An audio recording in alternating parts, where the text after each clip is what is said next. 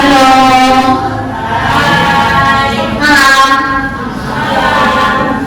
Assalamualaikum warahmatullahi wabarakatuh. Kami dari Kabupaten akan mempresentasikan viabilitas and development concept.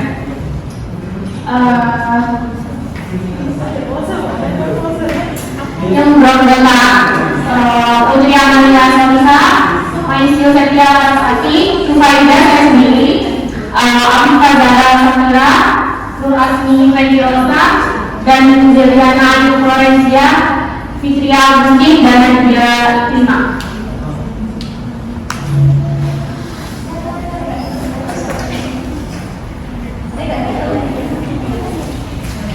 Pembahasan kali ini kita membahas 6 hal. Yang pertama definisi viabilitas, yang kedua klasifikasi utang jangka panjang, yang ketiga obligasi tanpa bunga, yang keempat masalah pengukuran viabilitas lainnya, yang kelima restrukturisasi utang bermasalah, yang keenam analisis keuangan dari utang jangka panjang.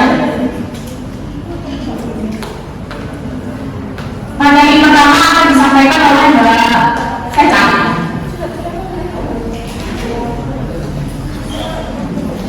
Baik, yang pertama definisi kewajiban. Menurut FASB, kewajiban adalah pengorbanan manfaat ekonomi masa datang yang cukup pasti timbul dari keharusan sekarang suatu usaha untuk mentransfer aset atau menyediakan atau menyerahkan jasa pada kesatuan lain di masa datang sebagai akibat di transaksi yang sudah terjadi. Kewajiban merupakan pengorbanan finansial yang dimiliki oleh suatu entitas atau perusahaan kepada pihak lain yang harus dibayar di masa yang akan datang. Utang dapat berasal dari berbagai sumber seperti pinjaman bank, obligasi, wesel, dan kredit dagang.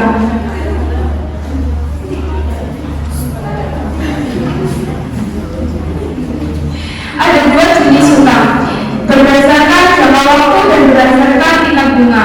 Berdasarkan jangka waktu, yang pertama jangka pendek, utang yang harus dilunasi dalam kurun waktu kurang dari 1 tahun. Contohnya utang dana, dasar bayar, dan pinjaman bank jangka pendek. Yang kedua jangka panjang, utang yang harus dilunasi dalam waktu lebih dari 1 tahun. Contohnya obligasi, pinjaman bank jangka panjang, dan sewa bunga usaha. Berdasarkan tingkat bunga, utang bunga tetap memiliki tingkat bunga yang tidak berubah selama jangka waktu pinjaman. Utang bunga mengambang, tingkat bunganya dapat berubah-ubah selama jangka waktu pinjaman. Klasifikasi kewajiban utang. Yang pertama, kewajiban utang lancar, memiliki jatuh tempo kurang dari 1 tahun. Yang kedua, tidak lancar, memiliki jatuh tempo lebih dari 1 tahun. Pengukuran kewajiban utang ada 3, yaitu nilai pokok, yang dipinjam. Yang kedua, bunga, biaya yang harus dibayarkan oleh peminjam kepada pemberi pinjaman atas penggunaan dana. Yang ketiga, biaya penyerta, biaya terkait dengan proses peminjaman dana seperti biaya admin dan lain-lain.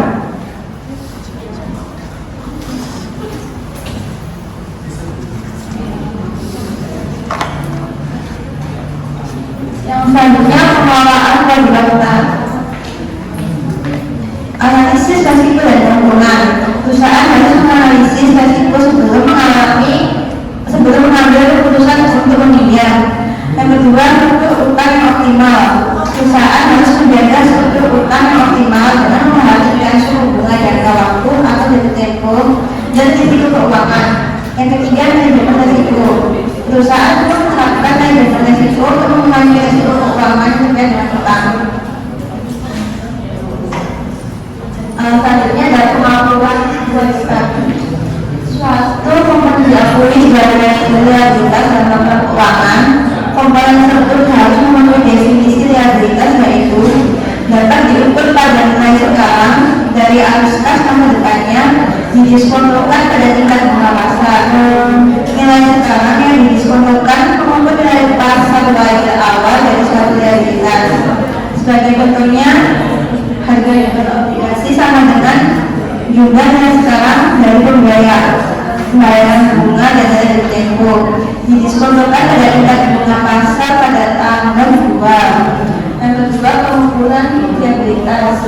Liabilitas diukur pada jumlah yang ditentukan dalam pertukaran nilai wajar awal.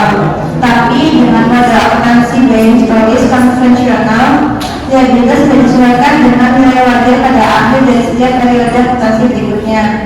Sebagai contoh, sekarang dari imbalan pramuka kerja seperti perawatan kesehatan untuk pensiun karyawan diakui sebagai liabilitas meskipun manfaatnya mungkin tidak diperhatikan selama bertahun-tahun di masa depan dan ada banyak ketidakpastian seputar proyeksi arus kas masa depan.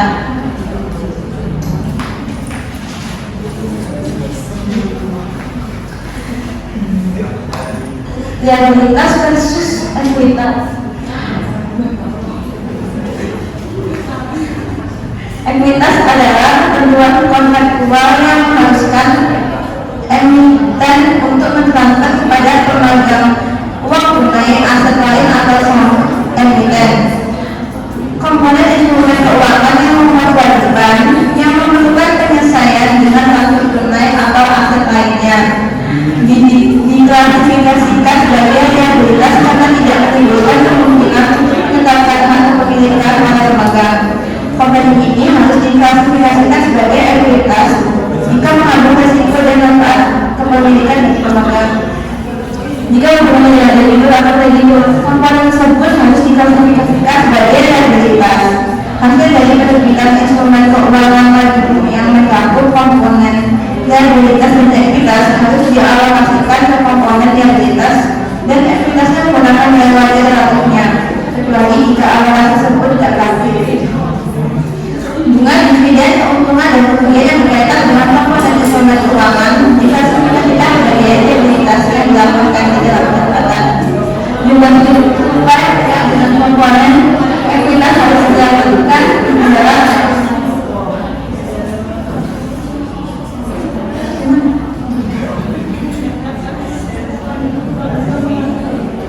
selanjutnya akan dijelaskan oleh Mbak Afifah. Serangkaian faktor urusan konsolidasian. Klasifikasi komponen utang berdasarkan dari performa akumulasi baik sebagai utang maupun ekuitas. Yang pertama, tanggal jatuh tempo. Instrumen utang biasanya memiliki tanggal jatuh tempo yang tetap, sedangkan instrumen ekuitas tidak mengalami jatuh tempo.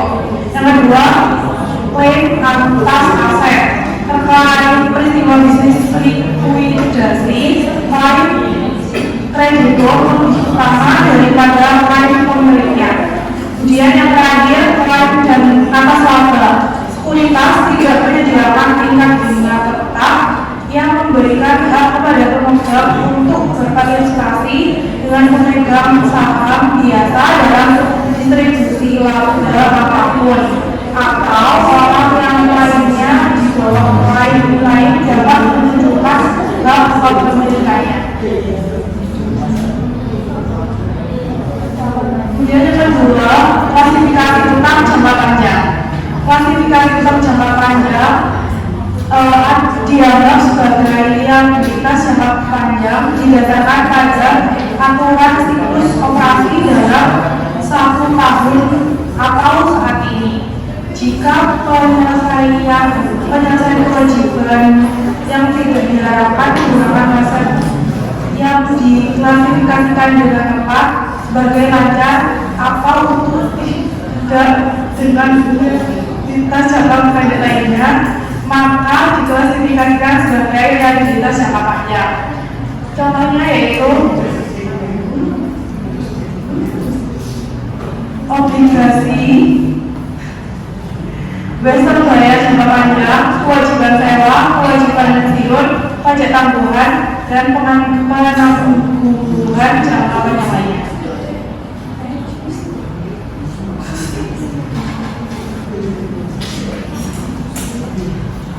Kemudian tentang obligasi, perusahaan memiliki pilihan untuk menerbitkan utang atau menerbitkan sekuritas ketika diperlukan dana tambahan untuk membiayai operasi saat ini atau memperluas bisnis. 4 alasan berdasar mengapa perusahaan mungkin ingin menerbitkan utang daripada sekuritas ekuitas. Yang pertama, Pembiayaan utang yang lebih rendah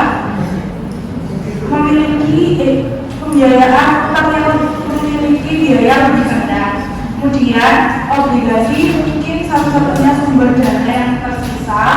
Berikutnya pembiayaan utang menawarkan keuntungan pajak, dan yang terakhir hak suara istimewa tidak dibagikan. Selanjutnya akan dibacakan oleh Pak Maizul. Klasifikasi obligasi. Obligasi seringkali diklasifikasikan berdasarkan sifat dasar proteksi yang ditawarkan oleh perusahaan. Obligasi yang dijamin dengan hak gadai terhadap aset tertentu korporasi dikenal sebagai obligasi hipotek. Yang kedua, obligasi tanpa jaminan debentur bonds tidak dijamin oleh properti atau aset apapun dan daya jualnya didasarkan pada kredit umum korporasi. Harga jual obligasi. Obligasi umumnya dijual dalam denominasi 1000 US dollar dan menyertakan jumlah bunga yang ditetapkan.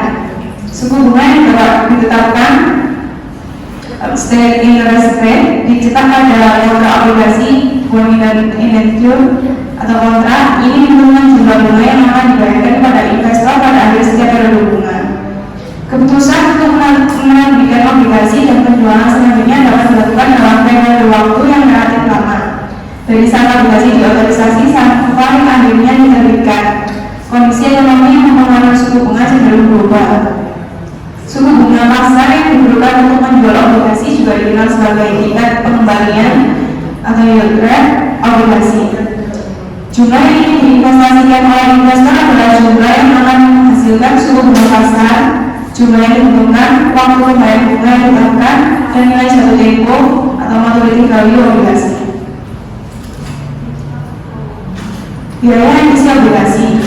Berdasarkan APBN nomor 21, biaya emisi obligasi diperlukan sebagai aset yang diamortisasi sejak tanggal emisi hingga jatuh tempo obligasi karena memberikan manfaat di masa depan. Namun, biaya emisi utang tidak dianggap sebagai aset tetapi sebagai pengurangan hasil pinjaman. FASB menyatakan bahwa biaya ini tidak memiliki manfaat di masa depan dan mempengaruhi perhitungan suku bunga efektif. Sebagai alternatifnya, FASB memperbolehkan biaya emisi utang untuk diakui sebagai iuran pada periode pinjaman. Penggunaan SFAS nomor 159 memungkinkan semua biaya yang dibayar dibuka untuk dibebankan saat terjadi. Pada tahun 2016, FASB merilis SU 2015 tahun 3 yang mengharuskan biaya emisi obligasi disajikan sebagai pengurangan langsung dari jumlah utang tercatat. Meskipun demikian, pedoman pengasuhan dan pengukuran biaya emisi utang tetap tidak boleh berubah akibat SU 2015 tahun 3. Beban bunga obligasi. Bunga adalah biaya pinjaman, dan karena utang dipinjam selama periode waktu tertentu, maka bunga harus dialokasikan ke periode saat utang itu harus dibayar. Seperti yang telah ditentukan sebelumnya, total bunga selama jangka waktu emisi obligasi mengalami oleh adanya premi atau diskonto. Dalam kasus ini, perhitungan bunga expense menyatakan amortisasi premi atau diskonto. Terdapat dua metode untuk mengalokasikan jumlah bunga dan premi atau diskonto yang terkait selama jangka waktu emisi obligasi, yakni metode garis lurus dan metode bunga efektif. Selanjutnya akan dibagikan oleh Mbak Adi. Selanjutnya mengenai obligasi tanpa bunga.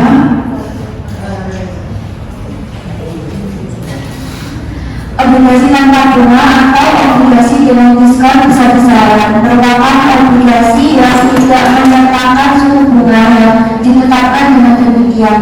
Peminjam tidak melakukan pembayaran bunga kepada investor.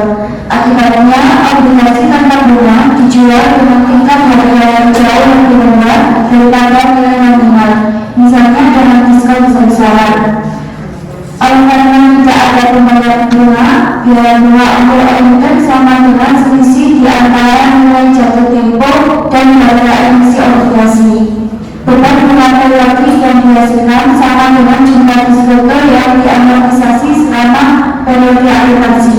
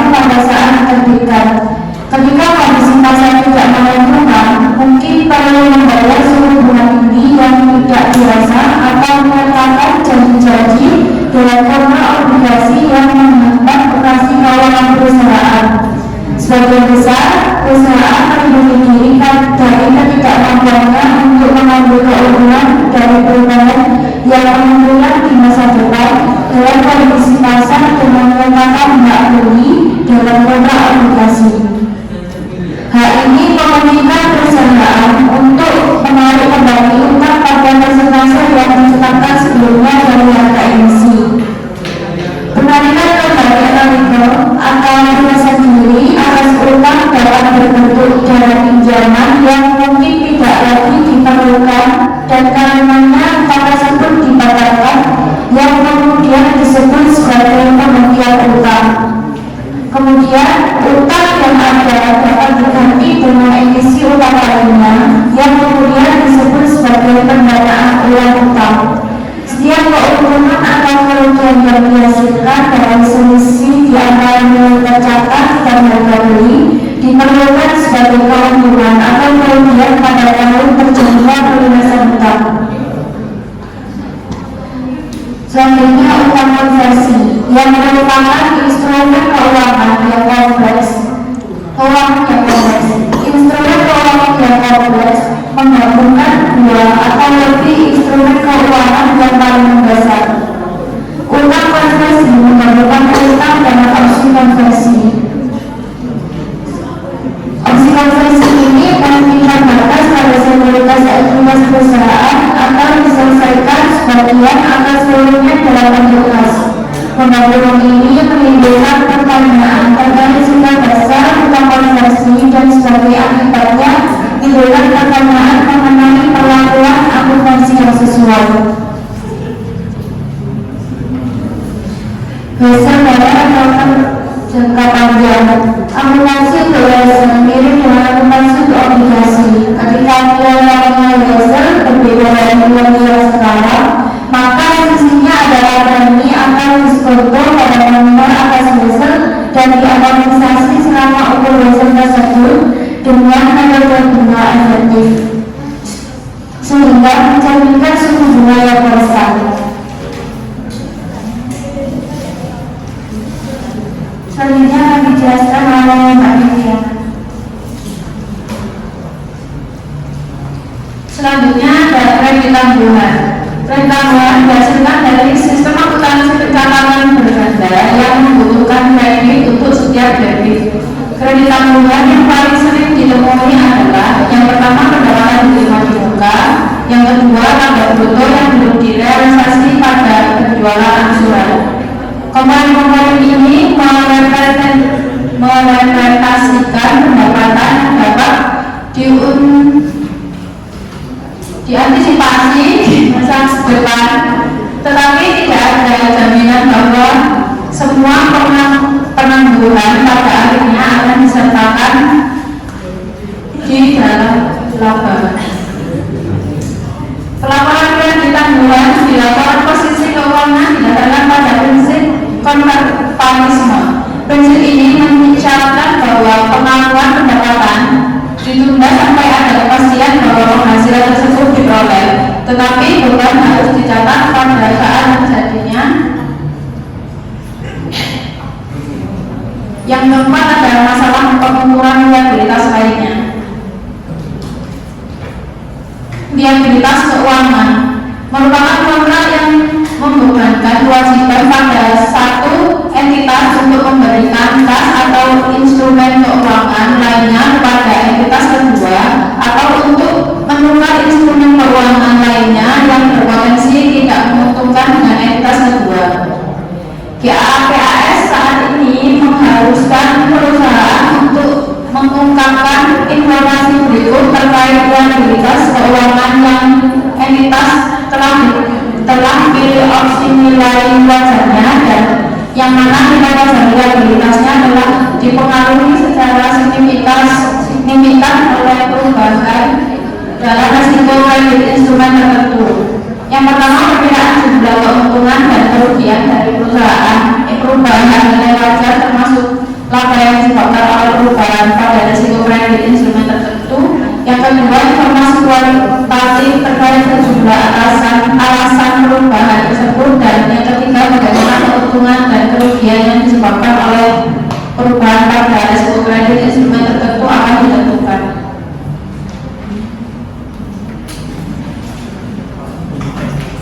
Yang selanjutnya akan dijelaskan oleh Agustin.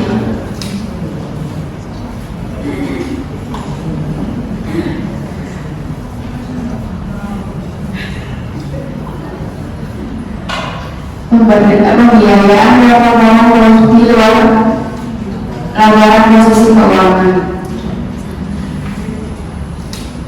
Tujuan utamanya adalah membuat utang berada di luar dari laporan terus keuangan.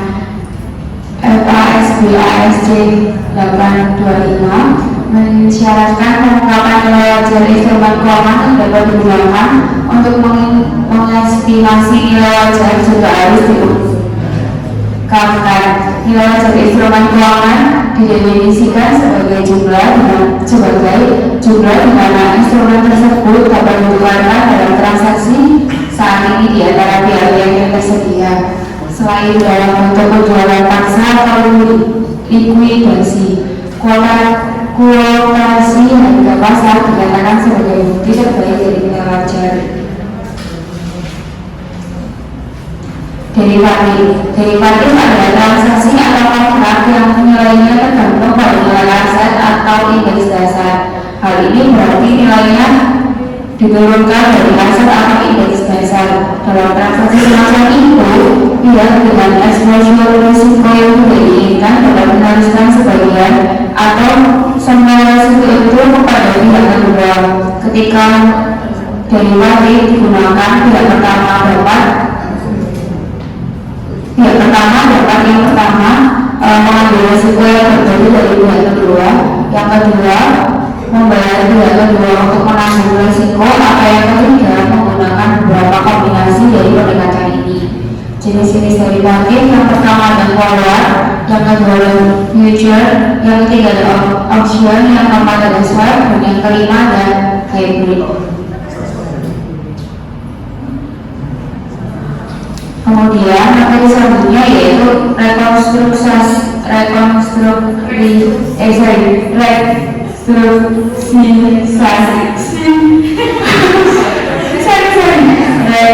restrukturisasi utang bermasalah.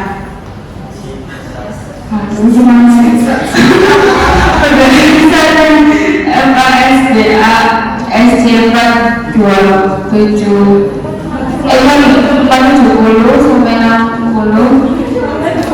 sampai 20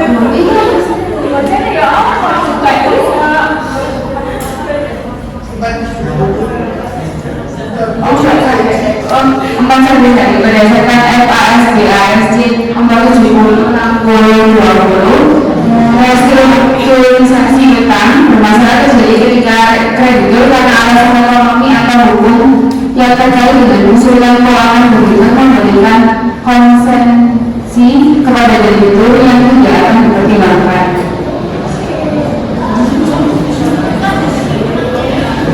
Restrukturisasi utang yang bermasalah dapat mencakup tetapi tidak terbatas pada salah satu atau beberapa kombinasi berikut. Yang pertama,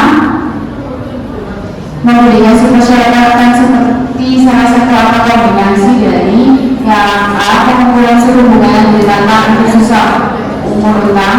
Yang kedua, perpanjangan. Perpanjangan tanggal tempo pada suku bunga yang ditetapkan lebih rendah daripada suku bunga pasar saat ini untuk utang baru dengan risiko serupa. Yang ketiga, pengumpulan jumlah nominal atau jatuh tempo atas utang sebagaimana yang dinyatakan dalam instrumen atau perjanjian lain. Dan yang terakhir adalah pengukuran bunga yang masih harus dibayar. Pengurangan. Nomor kedua, penerbitan atau pemberian lain dari kepemilikan ekuitas kepada kreditur dan debitur untuk memenuhi seluruhnya atau sebagian utang kecuali jika kepemilikan ekuitas diberikan sesuai dengan ketentuan yang ada untuk mengubah utang menjadi kepemilikan ekuitas. Dan yang ketiga, transfer dari debitur ke kreditur terkait utang dari pihak ketiga, real estate atau aset lain untuk memenuhi seluruhnya sebagainya. Untuk selanjutnya menjelaskan oleh Mbak Aida. Yang keenam, analisis keuangan dari utang jangka panjang. Analisis keuangan dari utang jangka panjang perusahaan termasuk menilai likuiditas, solvabilitas, dan fleksibilitas keuangan serta nilai risiko yang terkait dengan penggunaan leverage keuangan. Yang pertama, likuiditas mengacu pada kemampuan perusahaan untuk menghasilkan kas untuk kebutuhan jangka pendek. Solvabilitas mengacu pada kemampuan perusahaan untuk membayar utangnya ketika jatuh tempo. Beberapa rasio dapat digunakan untuk mengevaluasi aset long term debt to asset interest coverage ratio dan debt service coverage ratio. Rasio utang jangka panjang terhadap aset memberikan informasi sejauh mana perusahaan untuk memperoleh asetnya dan akibatnya memiliki risiko kebangkrutan yang lebih tinggi, menunjukkan bahwa perusahaan menggunakan banyak leverage keuangan depan diperlakukan daripada perusahaan dengan nilai rasio yang rendah. Pembuktian pengakuan liabilitas keuangan dan derivatif pelekatan. Liabilitas keuangan harus dihapus dari laporan posisi keuangan ketika sudah selesai, yaitu ketika kewajiban yang ditetapkan di dalam kontrak habis atau dibatalkan atau kadaluarsa. Derivatif pelekatan adalah komponen dari kontrak hybrid yang juga menyertakan non-derivative cost dengan pengaruh bahwa beberapa alias dari instrumen gabungan bervariasi dalam cara yang sama dengan derivatif. Sekian dari kelompok kami, ada yang mau dipertanyakan?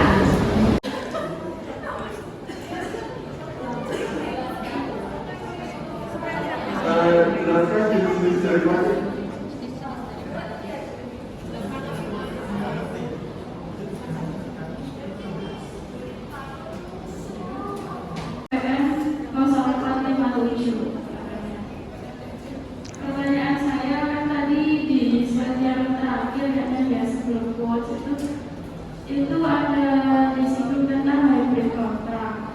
Nah, apa yang dimaksud dengan hybrid contract dan minta tolong diberikan contohnya. Terima kasih. Derivatif hybrid penggabungan berbagai ketentuan dari setiap atau subjenis derivatif yang disebutkan sebelumnya.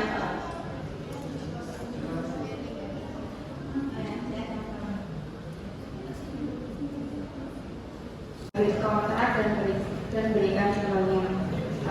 Yang pertama, dalam teori derivatif, kontrak hybrid adalah instrumen keuangan yang memiliki karakteristik dari dua atau lebih jenis derivatif yang berbeda.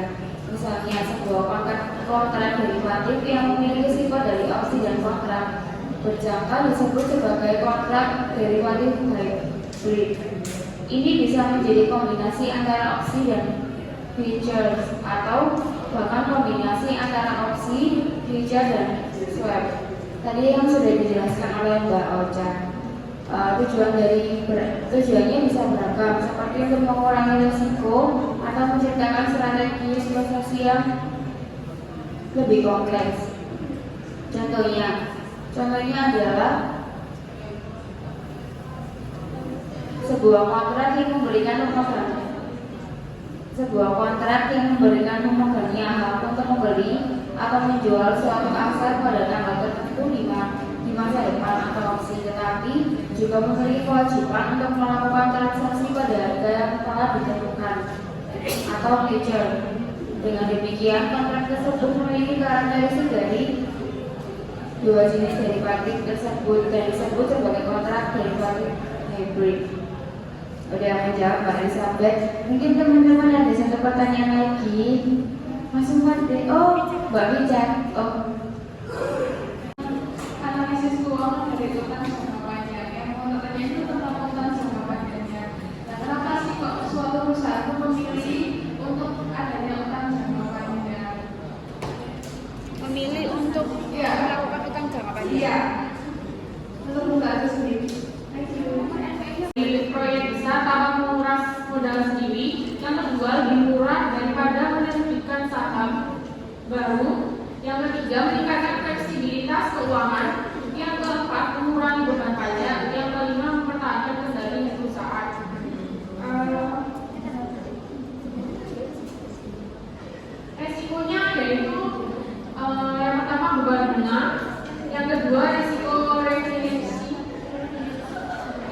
ada risiko di